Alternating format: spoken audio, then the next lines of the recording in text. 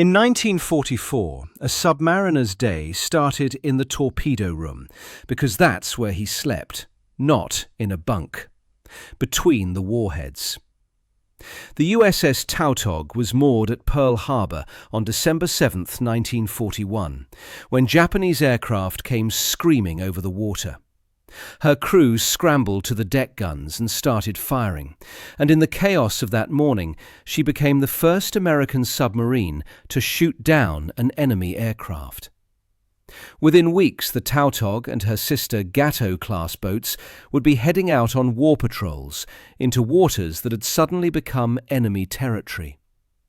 The men aboard believed they carried the finest submarine torpedoes ever manufactured. They were wrong, but they wouldn't find that out until they started dying. Here's the thing about the Gato-class that most people miss. Everyone talks about the technology, 311 feet long, 27 feet wide, capable of diving to 300 feet, 10 torpedo tubes that could send death in both directions. And yes, the machinery was extraordinary. But what made these boats remarkable wasn't the engineering. It was a philosophy. A philosophy that said, if you're going to ask men to live in a steel tube for 60 days, you'd better keep them sane. The Navy installed air conditioning, freshwater distillers that could produce enough water for actual showers, refrigerated food storage, an ice cream machine. An ice cream machine on a submarine in 1943. Think about that for a second. Every cubic inch of space on a fleet boat had to justify itself. Every pound of equipment meant something else left behind. And the United States Navy looked at the problem of keeping 70 men functional for 2 months underwater and decided, these men need dessert. The Germans thought this was insane. The Type 7 U-boat, the workhorse of Hitler's submarine fleet, had none of it. No air conditioning in boats that reached temperatures above 100 degrees Fahrenheit in tropical waters. No showers, because fresh water was reserved strictly for drinking and the diesel engines. No refrigeration, which meant bread moulded within days, and crews ate around the green patches, scraping the exterior to reach the still edible core. The German approach was simple and brutal. Submarines were weapons, and the men who operated them would endure whatever suffering the mission required. The comparison goes deeper than comfort. A German submariner departing on patrol knew that his food supply was already beginning to rot. Sausages hung from pipes in the control room, collecting humidity and mold spores with every hour. Fresh vegetables, when available at all, lasted perhaps 3 days before becoming inedible. The crew urinated into the bilges because the heads were too complicated to operate while submerged and too precious to waste fresh water flushing. By week 2 of a patrol, the interior of a Type 7 smelled like a locker room inside a diesel garage inside a sewage treatment plant. Men developed skin conditions from the constant humidity and lack of bathing. Fungal infections spread through crews. The psychological weight of physical misery compounded the psychological weight of combat. American submariners complained about their conditions constantly. They griped about the smell, the noise, the cramped quarters, the monotony. But they complained while eating fresh eggs and taking showers and sleeping in air-conditioned compartments. The gap between American and German submarine habitability wasn't marginal. It was civilizational. Both philosophies produced submarines that could sink ships. Only one philosophy produced submarines that could sink ships for 4 years straight without breaking their crews. The mathematics of hot racking tell you everything about submarine intimacy. A Gato-class boat carried 66 enlisted men and 6 officers. It provided bunks for 54 of them. The Navy calculated that with 3-section watch rotations, bunks could be shared in shifts. You climb into a bed still warm from the body of whoever just vacated it. Settle into a mattress that holds the shape of another man's form. Rest your head on a pillow that retains another man's warmth. For 60 consecutive days. The bunks themselves were stacked 3 high in crew quarters, so narrow that turning over required technique. Veterans learned to sleep on their sides facing the hull, because the alternative was a night of bruised elbows and scraped hips against the man sleeping 6 inches above you. The canvas mattresses were thin, the pillows thinner.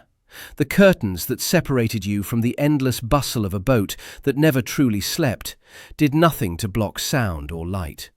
They offered a symbolic barrier, purely psychological, and somehow that was enough. The newest sailors drew torpedo room duty. Seniority determined everything aboard a submarine, including where you rested your head.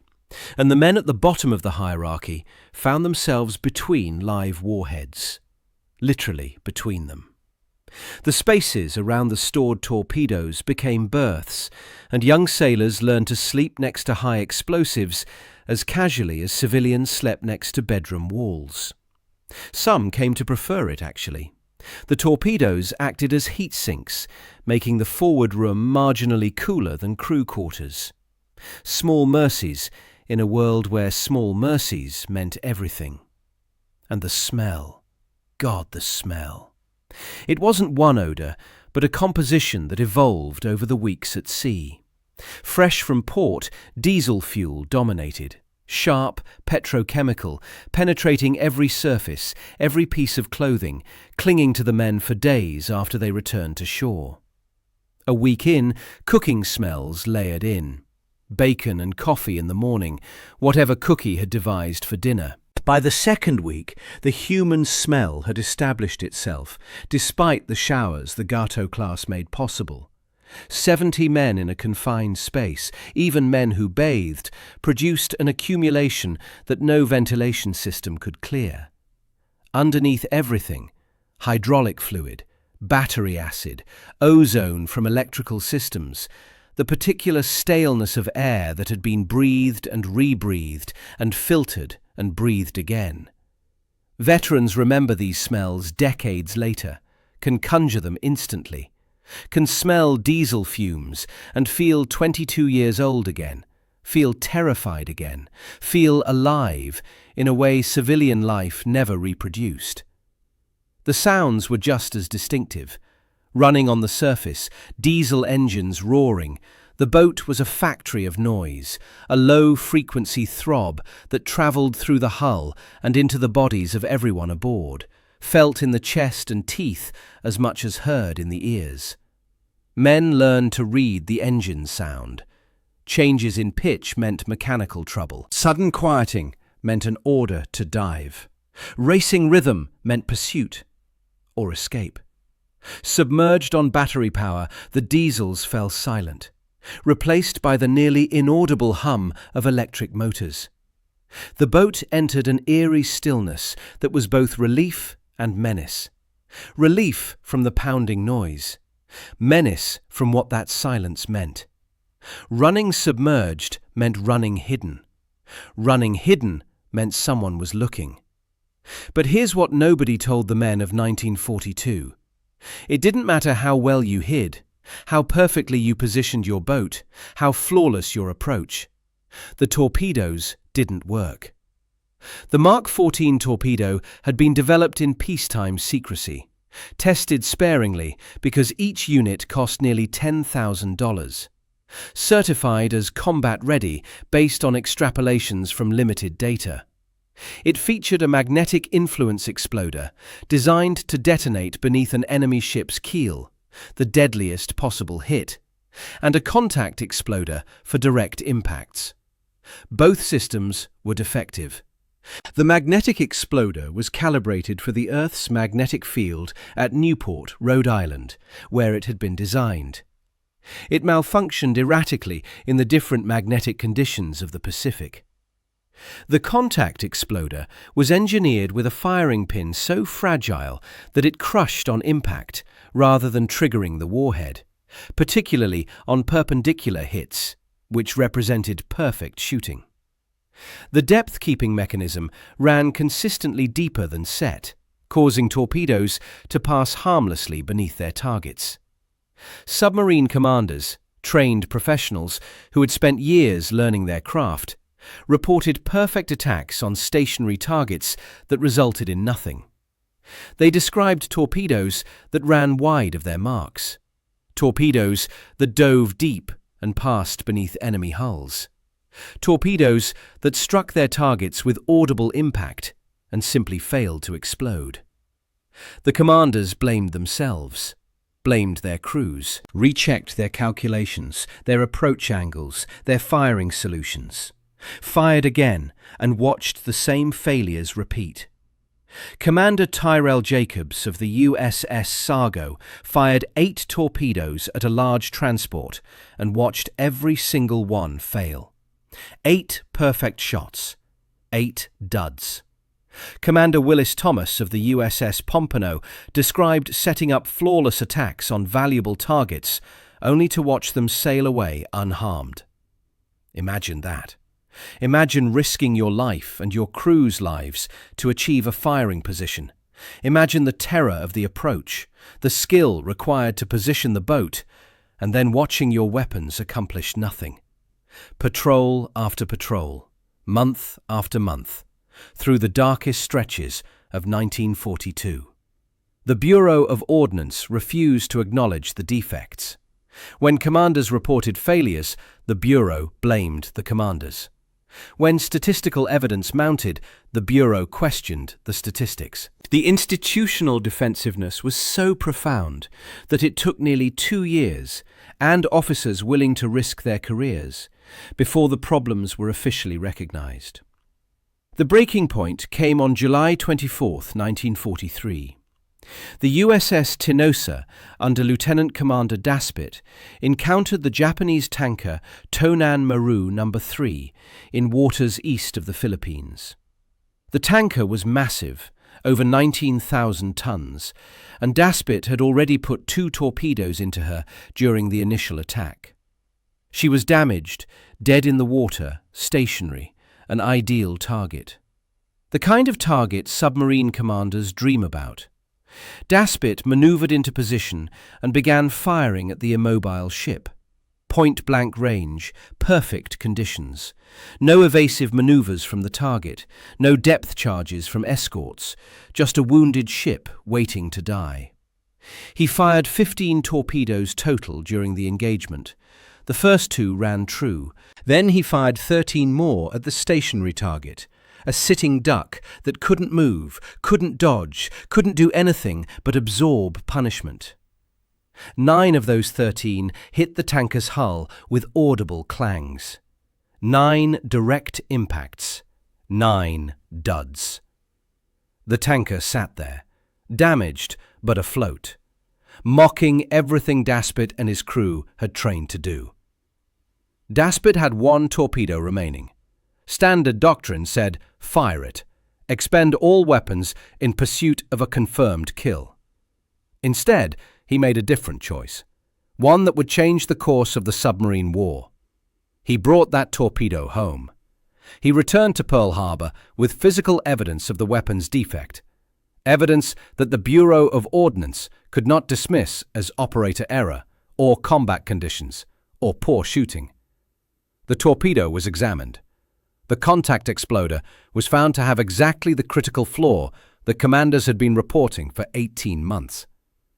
The fixes came in stages through late 1943. Magnetic exploder deactivated fleet-wide in June. Contact exploder redesigned with a more robust firing pin. Depth-keeping mechanism recalibrated. By late 1943, the torpedoes had become the weapons they should have been from the start. But fixed weapons alone didn't transform the submarine war. The men who sailed these boats needed something else. They needed to know where to find the enemy. In the early months of the war, submarine patrols had been largely blind operations. Boats were assigned vast swathes of ocean, patrol areas the size of states, and told to hunt. They cruised for weeks, hoping to stumble across enemy shipping, relying on luck and persistence to find targets. The Pacific is unimaginably vast. A convoy could pass within 50 miles of a submarine and never be detected. Finding targets was almost as hard as sinking them. That changed because of a basement full of cryptanalysts in Pearl Harbor. Station Hypo, the Navy's code-breaking unit in Hawaii, had been working on Japanese naval codes since before the war began. By mid-1942, they had cracked enough of the Japanese merchant shipping cipher to track convoy movements with remarkable precision. They knew departure times. They knew routes. They knew which ships carried what cargo and when those ships would pass through specific coordinates. This intelligence transformed submarine operations from hunting expeditions into ambushes. Instead of wandering the Pacific hoping to find targets, boats were directed to intercept points with increasing accuracy. A submarine commander departing Pearl Harbor might receive orders sending him to a specific patch of ocean at a specific time, and when he arrived, the enemy convoy would be there, exactly as the codebreakers had predicted. The effect was devastating. Japanese shipping losses climbed steadily through 1943 and 1944, not because American submarines had become more numerous, though they had, or because the torpedoes finally worked, though they did, but because the submarines knew where to be. The Japanese never fully understood why their convoys kept running into American submarines. They suspected spies. They suspected radio direction finding. They never suspected that their own codes were being read almost in real time by men in a basement 6,000 miles away. The codebreakers couldn't share credit publicly. Their work remained classified for decades after the war. But the submarine commanders knew. They knew that the intelligence reports they received were somehow too good, too accurate, too precisely timed to be coincidence. They didn't know how the information was obtained. They didn't need to know. They just needed to be at the coordinates when the ships came through. And now they had torpedoes that actually worked when they got there. Once the torpedoes worked and the intelligence flowed, commanders who had been shackled by defective weapons began to show what American submarines could really do. Dudley "Mush" Morton took command of the USS Wahoo in late 1942 and transformed submarine warfare through sheer aggression. Where other commanders approached attacks cautiously, and who could blame them given the torpedo problems, Morton charged in. He surfaced in the middle of enemy convoys and engaged with deck guns when torpedoes ran out. He pursued targets into shallow waters where conventional wisdom said submarines couldn't operate.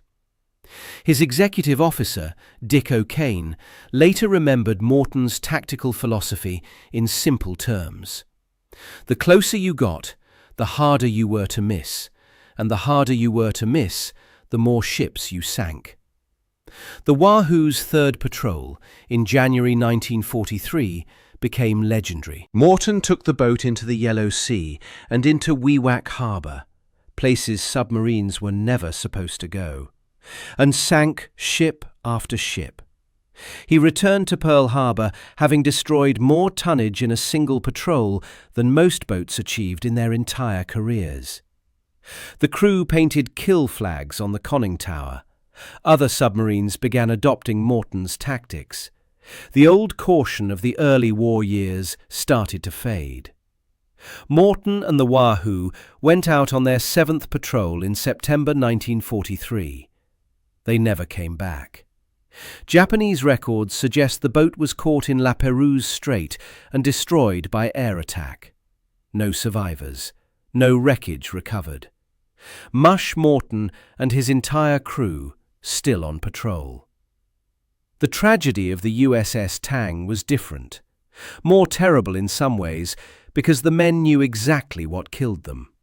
The Tang, under Commander Richard O'Kane, Morton's former executive officer, had become the most successful submarine in the Pacific by October 1944. O'Kane had learned everything Morton could teach him and added his own innovations. The Tang's fifth war patrol in the waters around Formosa was already a stunning success. 20 ships attacked, 13 sunk or damaged, more tonnage than any other submarine had ever achieved in a single patrol. On the night of October 24, 1944, O'Kane was on the surface, pressing an attack against a Japanese convoy. The Tang had 2 torpedoes remaining. O'Kane fired them both. The first ran true. The second broached, porpoised, and began running in a circle. A circular run. The torpedo's gyroscope had malfunctioned, sending the weapon into a curved path that brought it back toward its launch point. The crew had perhaps 20 seconds of warning. O'Kane ordered emergency speed and a hard turn. Not enough time. Not nearly enough.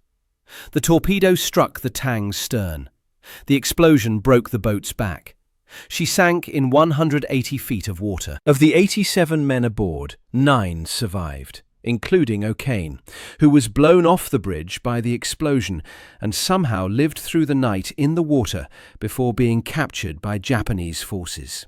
He spent the rest of the war as a prisoner, learned about his Medal of Honor from his captors, and never stopped thinking about the 78 men who went down with his boat, killed by their own torpedo.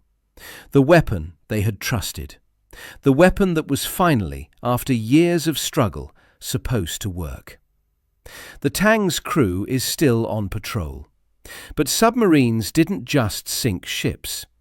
By 1944, they had taken on another mission, one that revealed the American philosophy of valuing human life even more clearly than ice cream machines ever could. They called it the Lifeguard League.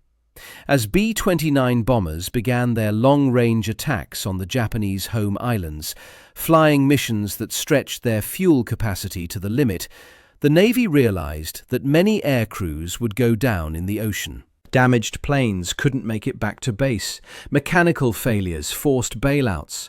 Combat damage sent bombers spinning into the Pacific.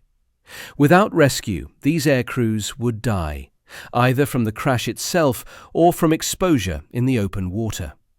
So the Navy stationed submarines along the bomber routes. These boats weren't hunting Japanese shipping. They were waiting for Americans to fall out of the sky. The rescue missions were extraordinarily dangerous.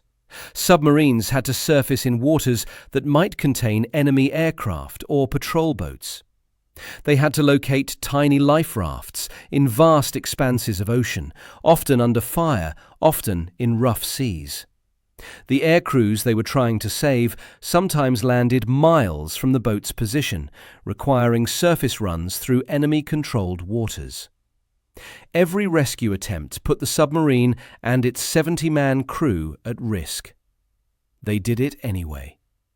By war's end, American submarines had rescued 504 downed airmen, men who would otherwise have died in the Pacific, men who went home to families because a submarine captain decided their lives were worth the risk. One of those airmen was a 20-year-old Navy pilot named George Herbert Walker Bush. On September 2, 1944, Bush was flying a torpedo bomber off the carrier USS San Jacinto during an attack on Chichijima. His plane was hit by anti-aircraft fire. He completed his bombing run, dropped his ordnance on target, and then flew out to sea with his engine on fire. He bailed out over the water, inflated his life raft, and waited. The USS Finback, a Gato-class submarine on lifeguard duty, was cruising the area, looking for exactly this kind of situation. They spotted Bush's raft, surfaced, and pulled him aboard. He spent the next month on the Finback as a guest, participating in her patrol, watching the crew do the work he'd never seen up close, the diving and surfacing, the torpedo attacks, the depth charge evasions. He was 19 years old. The experience stayed with him for the rest of his life. The Finback's crew didn't know they were rescuing a future president. They just knew they were pulling another pilot out of the water, same as they'd done before, same as they'd do again. That was the mission. That was what submarines did now, not just killing but saving, not just weapons of war but instruments of mercy. The Lifeguard League embodied everything the American submarine service believed about the value of human life. The same Navy that put ice cream machines on submarines, that installed air conditioning to keep crews comfortable, that fed submariners better than any other branch. That Navy also decided to risk submarines and their crews to save individual airmen floating alone in the Pacific. The philosophy was consistent. Human beings mattered, even when the math didn't make sense, even when the risk was enormous, even when the logical thing was to let a few pilots die rather than expose a submarine. Human beings mattered. Food mattered more than anyone who hasn't lived it can understand. The submarine service ate better than any other branch of the American military. This was deliberate policy. Men facing the highest casualty rate in the service deserved the highest quality provisions. Steaks that surface sailors rarely saw. Eggs fresh from stateside suppliers. Coffee of sufficient quality that boats posted guards against theft when docked at shared facilities. The logic was simple. If you were asking men to risk a 1 in 5 chance of death, the least you could do was feed them well. The galley that produced these meals was roughly the size of a residential bathroom. The cook, universally called Cookie, regardless of his actual name, worked in conditions that would have violated every civilian health code. He cooked for 70 men in a space where he could touch both walls simultaneously. He prepared 3 meals a day for 60 days straight, and a skilled submarine cook could elevate morale even during the worst stretches of patrol. The best cooks became minor legends within the service. Word travelled through the fleet. This boat had a cookie who could make canned peaches taste like fresh cobbler. That boat had one who could elevate Spam into something almost elegant. The worst cooks became warnings. A boat's culinary reputation followed it through every port call, every crew transfer, every dockside conversation. Fresh food lasted about 2 weeks out of port. The first days featured fresh vegetables, genuine milk, meat that had never seen a freezer, a feast the men learned to appreciate because they knew what followed. By day 10, frozen and canned provisions took over. Still varied, still good by military standards, but lacking the psychological lift of genuine freshness. By week 4, Cookie's creativity became the primary ingredient.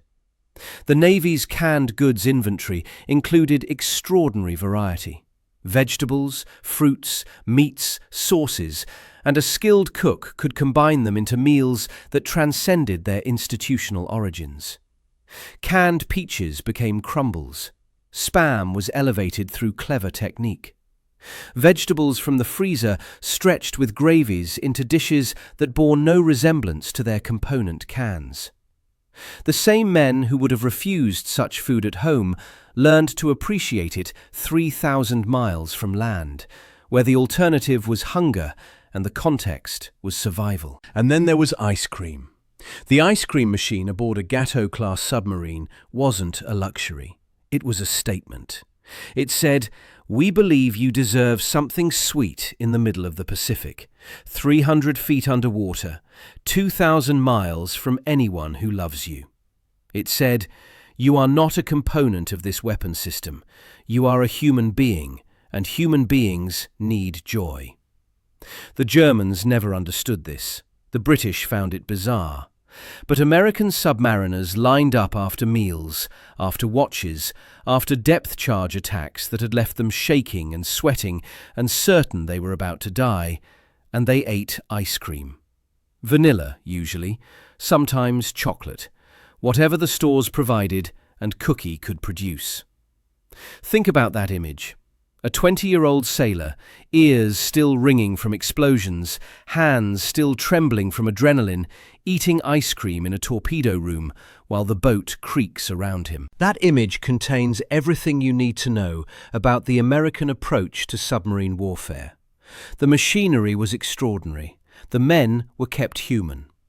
The entertainment aboard these boats was necessarily constrained but surprisingly robust.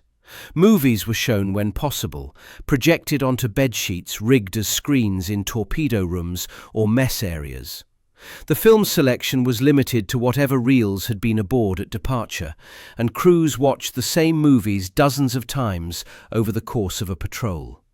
Men memorized dialogue, anticipated scenes, found new details in familiar frames. The 20th viewing of a mediocre comedy became genuinely funny again, because laughter was precious and context transformed everything. Playing cards were ubiquitous. Cribbage, poker, acey-deucey, the games of submarine culture, played endlessly on mess tables and torpedo loading trays and any flat surface that could hold cards. Books circulated until pages fell apart, passed from hand to hand until the covers detached and the paper turned soft from handling. Phonographs played records until needles wore through vinyl, and men learned every pop and scratch in recordings they heard hundreds of times. Cigarettes were unrestricted. Men smoked constantly in compartments where the smoke mixed with diesel fumes and cooking odours to create a visible haze. Coffee was available at all hours in quantities that would alarm modern physicians, perpetually brewing in the galley for men coming off watch or going on, or simply awake at strange hours because sleep patterns meant nothing in a world without daylight. Each small luxury represented space that could have been used for something else. Each item was present because someone had decided that men were worth keeping sane. The sounds of combat stayed with men forever. The ping of active sonar, sometimes distant and unthreatening, sometimes close enough to mean that Japanese destroyers had found them. Veterans could reproduce that sound decades later, a clean electronic note that carried through water and hull alike. The groan of the pressure hull under depth, steel flexing as the boat descended, the metal speaking its strain in a language the crew learned to interpret. Safe sounds. Dangerous sounds. The hull telling you whether you would live. And depth charges. A depth charge attack began with the distant splash of charges entering the water. Veterans describe it as almost peaceful, like stones thrown into a pond. Then the waiting. The suspended seconds between splash and detonation, during which men could do nothing but exist in pure anticipation. They couldn't run. The boat was already at depth, already rigged for silent running, already doing everything it could do. They could only wait. The explosion was total, a concussive force that seemed to compress the universe into a single point of violence. That shook the hull like a dog shaking a toy. That knocked men from their feet and left ears ringing and hearts hammering. Cork insulation blew off bulkheads. Light bulbs shattered. Gauges cracked. Men who had experienced combat on land said nothing compared to it. At least on land you could move, could shoot back, could feel like you had some control. In a submarine under depth charge attack, you were passive, waiting, hoping, praying if you prayed. Then the silence after. The listening silence, checking for leaks, checking for flooding, waiting to learn whether the boat would survive, whether the next set of splashes would come closer, whether this was the attack that would find them. Some boats didn't survive. Some attacks found their marks.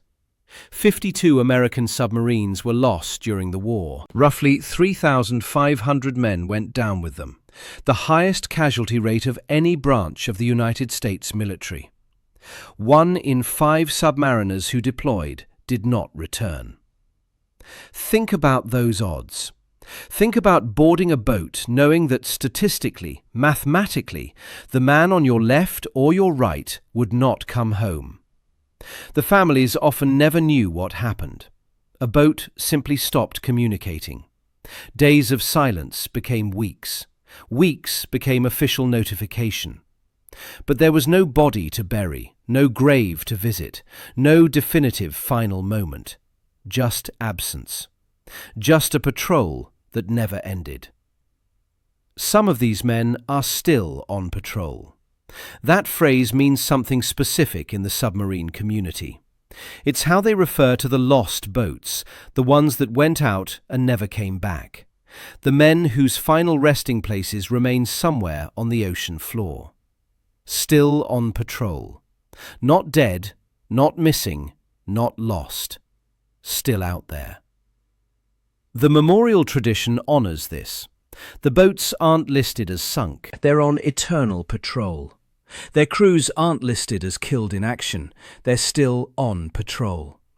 It's a linguistic choice that refuses to surrender these men to death, that keeps them sailing somewhere beyond the reach of history, beyond the reach of time, beyond the reach of everything except memory.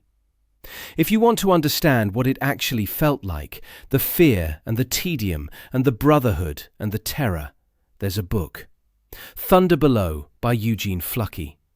Fluckey commanded the USS Barb and earned the Medal of Honor for a war patrol so aggressive, so audacious, that it still reads like fiction 70 years later. His crew once went ashore on the Japanese mainland and blew up a train. A submarine crew. Saboteurs. They paddled to shore in rubber boats, planted explosives on railroad tracks, and destroyed a locomotive hauling supplies to Japanese forces. No submarine had ever done anything like it. No submarine commander had ever conceived of such a mission. Fluckey did it because he had run out of targets at sea and refused to return with unexpended ammunition. The book captures what patrol reports cannot. The way men talked to each other, the way they thought under pressure, the dark humour that kept them sane when sanity was a luxury. Veterans who've read it say Fluckey got it right. That's the highest compliment the submarine community can offer. And so we return to where we started, the torpedo room, the space between warheads where a young sailor learned to sleep. That sailor would stand watches and eat meals and write letters he hoped would reach home. He would endure smells that would stay with him forever and sounds that would wake him from sleep for the rest of his life. He would share bunks with strangers and eat ice cream after depth charge attacks and curse torpedoes that refused to work. He would watch friends die and enemies die and wonder sometimes whether there was any difference between them at the bottom of the sea. He would do this for 60 days at a time, 8 war patrols, if he was lucky and good and the ocean decided to let him live. The machinery was extraordinary. 70 years later, engineers still study these boats, still marvel at the Gato-class design, still cite it as one of the finest submarine platforms ever built. But the men who endured them, who kept their sanity in a steel tube through small luxuries and dark humour and the stubborn human refusal to break, they were more extraordinary still. Some of them made it home, changed forever, carrying memories that civilian life could never touch, but home. Some of them are still on patrol. Subscribe for more stories like this.